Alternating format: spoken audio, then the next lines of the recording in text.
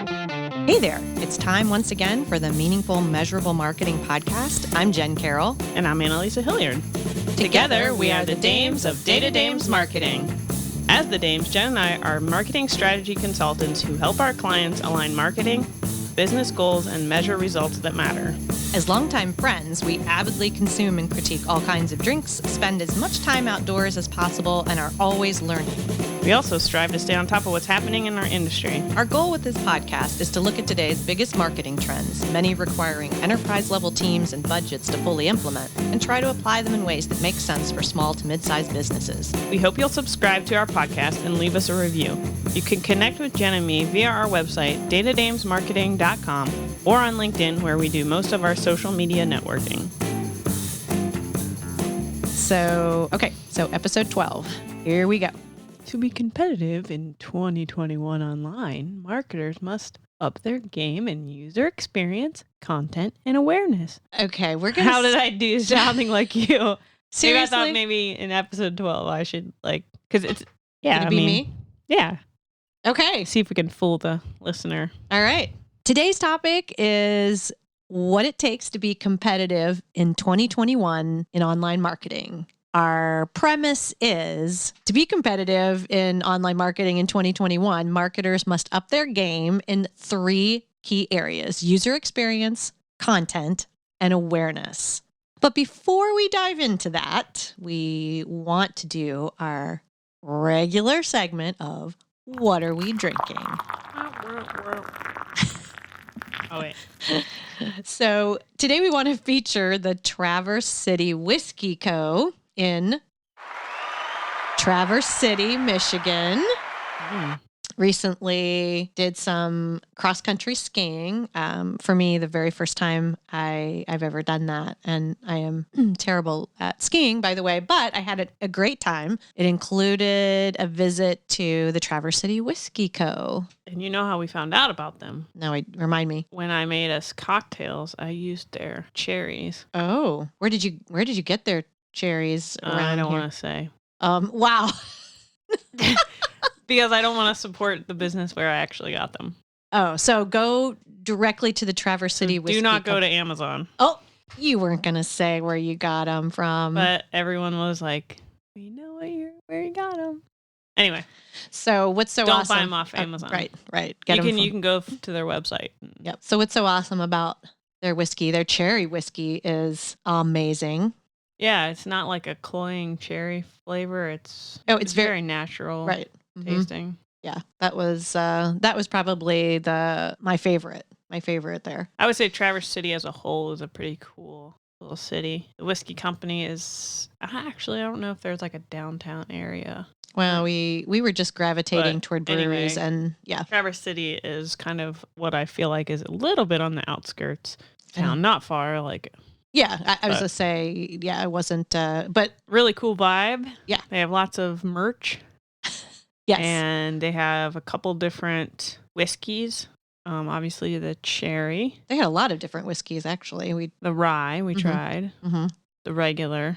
Yep. The like black label special. Mm-hmm. Yeah. Might have been it. There might have been one more. But anyway, really good whiskey. Yep. Agree. And I feel like they're pretty reasonably priced compared to like some of the Kentucky ones we've had. Yeah. I was going to say, here in Ohio, we've already in the past done a shout out to Western Reserve in Cleveland is definitely, and Traverse City Whiskey Co. I'd say are on par with one another. Excellent spirits there. So let's move on to our small business shout out. And today it is going to be White Feather Meats in Creston, Ohio. I know, little tiny Creston, Ohio. I feel like the store there that is as big as the town. Like, yeah, probably. It's probably like the number one employer in Creston. Right? Of all 5 people who live there. Okay, sorry if you live in Creston, we apologize. A little Ohio town. But yeah, we feel that getting locally sourced meat whenever possible is actually very important. After reading and hearing about meat packing plants across the United States and how employees are treated and Yeah. the conditions they work in. Yeah. It's hard to continue to support that. So, if you're listening to this and you don't live anywhere near Creston, Ohio, we're sorry, because the white feather meats are exceptional, but you probably can find, hopefully, someplace close to you, a similar kind of place, because they process and then sell all their own meats. So raise, process, and sell. Yep. So good stuff.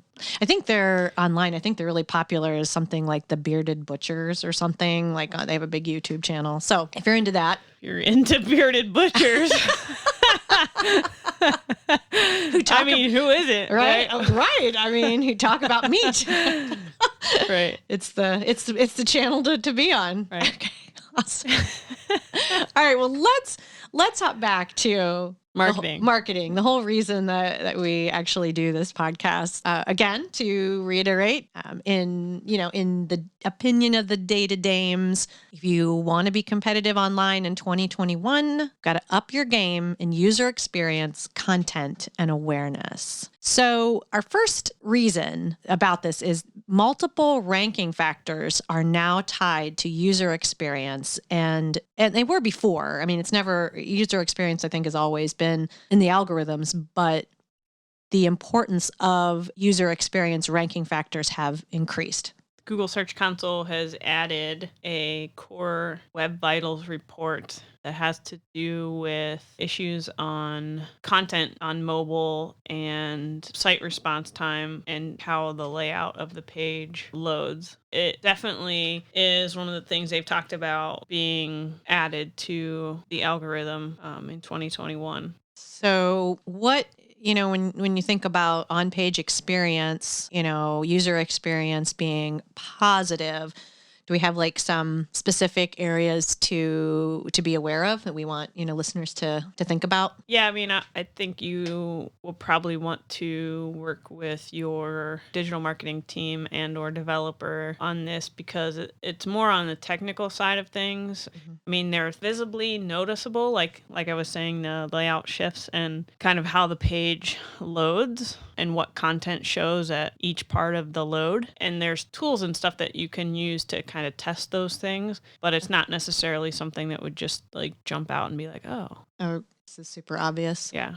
Well, I'm thinking, we have a client that has a website, the desktop experience, as it currently stands, is not the best. The experience on mobile, interestingly enough, is a little better. How does the desktop? I mean, I know mobile is first, right? And yeah, Google really looks at your mobile site to kind of rank it. Used to be the algorithm was based on the desktop. Now it's based on the mobile experience. And I mean, obviously you want to have a good experience across devices, on-page experience, usability. Well, in that case, like with the particular client I'm thinking of, like there's like all these side menus and then like these little, on desktop, there's like, so just like extra boxes and just all kinds of things that make the page difficult it doesn't render as well. So is that part of, yeah. Okay. Well, that was a simple answer. Yes. That is what she's talking about. Okay. Rendering and loading and kind of synonymous, I guess. Okay. Well, the second area where we're talking about upping your game in online marketing in 2021 has to do with content. So search engines are better than ever at determining searcher intent. So your content needs to be in-depth and of high quality. Can you just very quickly, and Lisa, I know you're like the intent guru. Oh, maybe I shouldn't have said guru. Oh, she's giving me. If only you could see the look she just gave me. Tell us a little bit about intent. Intent has to do with what people are actually looking for when they type a certain keyword into Google. And the best way to find out what people's intent is to actually do a search in Google for a specific keyword and see what type of content is presented in the results. All right. So Google's machine learning has gotten quite good at determining intent. I think it's interesting, this idea of the importance of long form content, only because I think the perception is people just want sound bites. People just give me the facts, just make this, quick and painless. I don't want like 50 paragraphs to read. So what's going on there? The long form content versus, is that what people really want? Or there's a lot of testing that's been done, long form versus short bites of content. Mhm. And with long form, obviously you get more in depth with things. Mhm. And that's really what Google and other search engines are looking for. What's going to actually give the visitor enough information and also kind of tie in other like similar related type content instead of only talking about bicycles in general, like talking about types of bicycles and benefits and drawbacks of each type and maybe different kinds of riding that you can do, like mountain bike versus a road bike and things like that. So kind of going more in depth than just, Right. What is a bicycle? Talking at a high or writing at a high level. Yeah. Define what a bicycle is. Obviously, I think that, the long form content, Google probably could pull a lot of different results from just one piece of content to appeal to different kinds of searchers. The algorithm is getting better at, or not the algorithm, but the search results are getting better in the machine learning process to pull out like sections of content. So it used to be that, you don't want to like target too many keywords on a page because then the search engines are confused about what the page is really about, or, then you maybe like each term like cannibalizes the other terms, like, and they're saying that they're getting advanced enough that they're able to pull out sections and rank sections differently. So this is kind of a weird side question, just because, I'm a writer, been writing for 20 plus years. I happen to, of course, believe that no computer can write as well as a human being, but I know that there are some tools and other things that are coming out that are suggesting that essentially you give this tool or program a topic and it can write content that's good, and we don't really need the human touch as much as we used to. Do you have any thoughts? I'd say on that's this? baloney. That was a great answer. No, I mean, honestly, no tool is going to be able to get to the level of technical writing that certain industries would need. Okay, that's a good point. And even if it's not a super technical industry, I would argue that a lot of times the content that you get from a tool needs a lot of massaging from like an actual human being to sound more natural and to come off in a way that actually gives the visitor and the reader value. And I mean, I think to add to that, I would say, we talk a lot in marketing and honestly in writing, just in general, about voice. I'm pretty sure a tool is always going to have the same voice. It doesn't have, like, at least at this point in history, doesn't really have the capability of creating a voice and a tone in content yet. So you're going to get some pretty generic stuff. And I think this speaks to something that comes up a lot in our industry. Again, the idea, okay, digital marketing, things are fast and you need to be fast, or this idea of speed. But the dirty little secret in digital marketing is that it actually takes a lot of time to create and optimize good content, quality content. It's not a fast process. I think it's really unfair when, I guess it's misleading to me when I see tools that say they will do everything kind of for you. Like, how does a tool or machine have the authority on a subject that you have? I mean, if it's your business or your industry and you've been in the business or industry for, years and years, like how is a machine going to write to that level of knowledge? Right. Well, even if you don't think you're a good writer, the knowledge that's in your head as like a an industry leader or whatever is valuable, even if you end up not being the actual writer of the content. Your knowledge is priceless.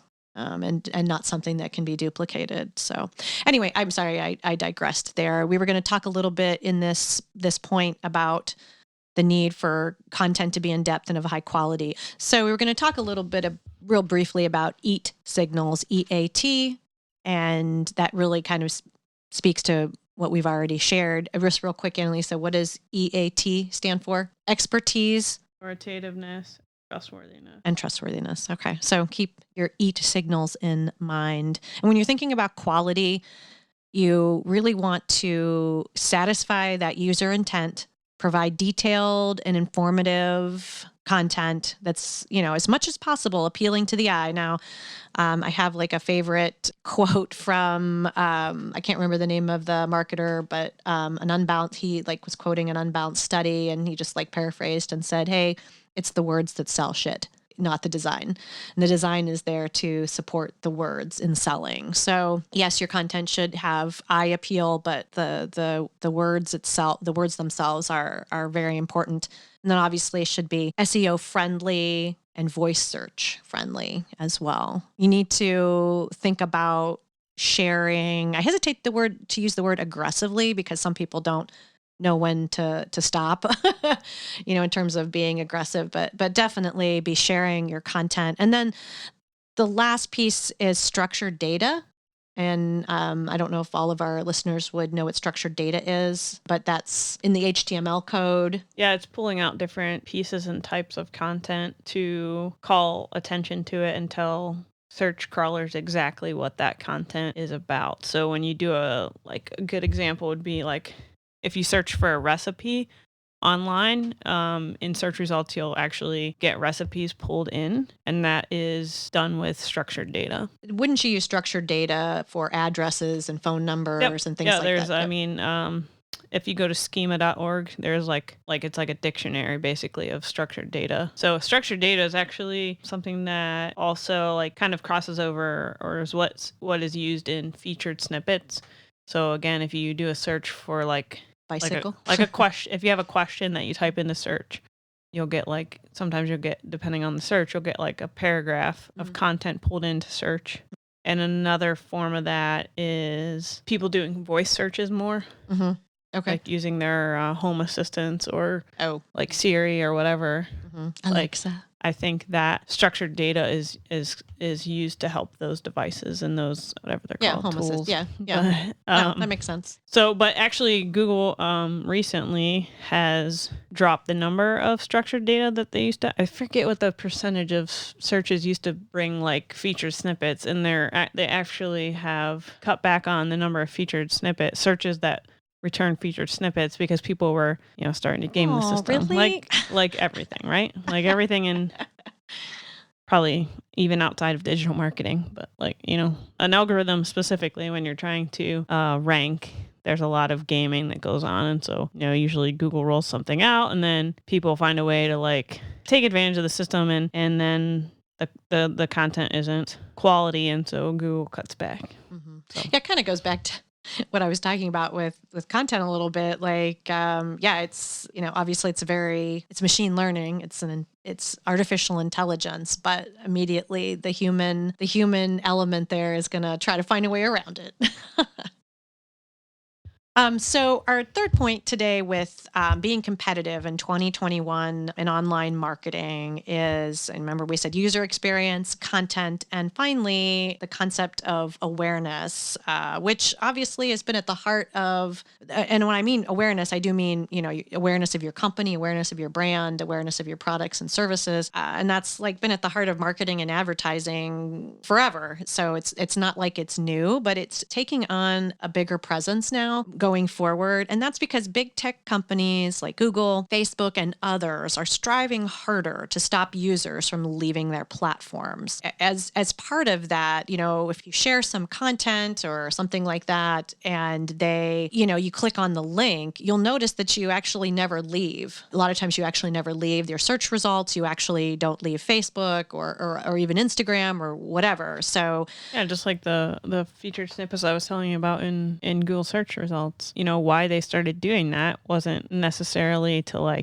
help you benefit the person writing the content. It was to benefit the person that's actually doing the search and to benefit Google. Right. And right. In return, that benefits Google. Yep. And keeps you in the search results. So that's why you need brand awareness in general, because as fewer people are leaving Facebook, fewer people are leaving Google search results. It's, and we've talked about this before. It's not news, but 0-click searches continue to increase. And the way to combat 0-click searches is with brand searches, meaning people who are aware of you and they sit down in front of their device and they type in your brand name so that they can come and find you. Or they skip the search engine altogether and just come to your site directly. Yeah. So other reasons, actually in our last podcast, we spent the entire podcast talking about GA4 and Google rolling it out because of data privacy. So increased data privacy is also another reason for you to work on brand awareness, because it's going to be, we made a lot of points in the last podcast about why things aren't going to change that much, but there is some changes with your ability to target people on an individual level as much as you have maybe in the past. I don't know if you want to speak to that. No, I think that's... Go back to our last podcast. That's what she wants to say. No, I mean, I think you covered it pretty well there in a summary type way. We definitely have more that we talk about in the last podcast, but yeah. And by the way, just a quick note here, we'll do our best to make sure that all of the information we do reference in our podcast ends up in our show notes. So check out the transcript and some show notes. But anyway, back to brand awareness. So that another important piece of that is building your earned audience. So that audience that you own, for example, in email marketing, where people have given you permission to market to them. If your site has a user log, like a membership or something where they log into your site to access specific things. And that goes to that. I mean, that speaks directly to your brand offering something that is meaningful to the user, something that they're willing to log in for, willing to subscribe to an email for, whatever. So the importance of building your own I'll audience. say to that. I mean, I feel like email marketing has exploded in the last couple of years. And so now people are kind of to that saturation point. Great point. Where they're like, oh man, I know myself, like I'm not going to give out my email unless it's something I really, really want, or something I really, really care about, or something that is really valuable. Yeah. Because I get bombarded with emails all the time, and I just have to set boundaries for what I subscribe to.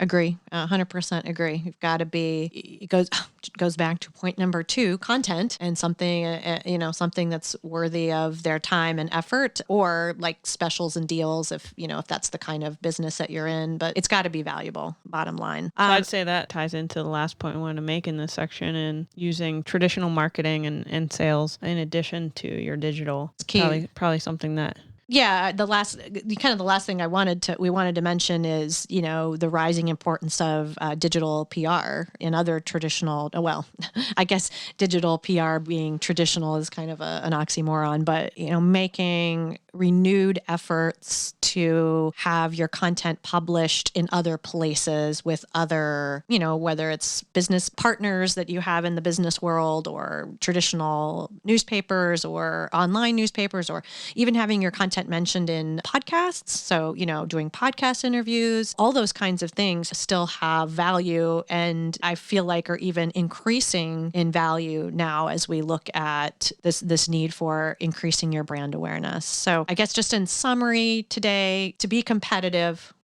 online in 2021, we data-dames think the key game changers are user experience, content, and awareness. So that brings us to our final segment. What are we learning? What's bringing us joy? And so I want to In this segment today, I want to give a shout out to a longtime friend of mine, Shelly Johnson.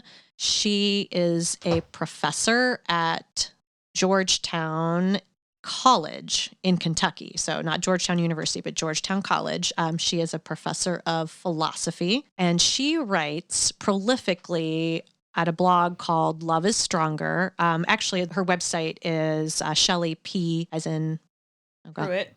There we go. Thank you. ShellyPJohnson.com. Yes. So you can find her there. Periods. I don't think so.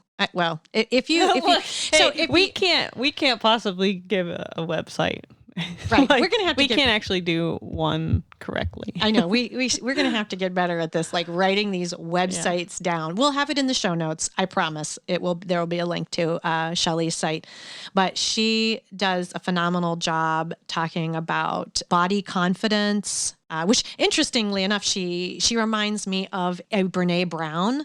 But instead of coming at it from a sociology angle, she comes at it from philosophy. But her writing is wonderful. I promise it's not anything like reading ancient philosophers or anything like that, though she loves them. But Who about doesn't? wait. That's a lot. Yeah.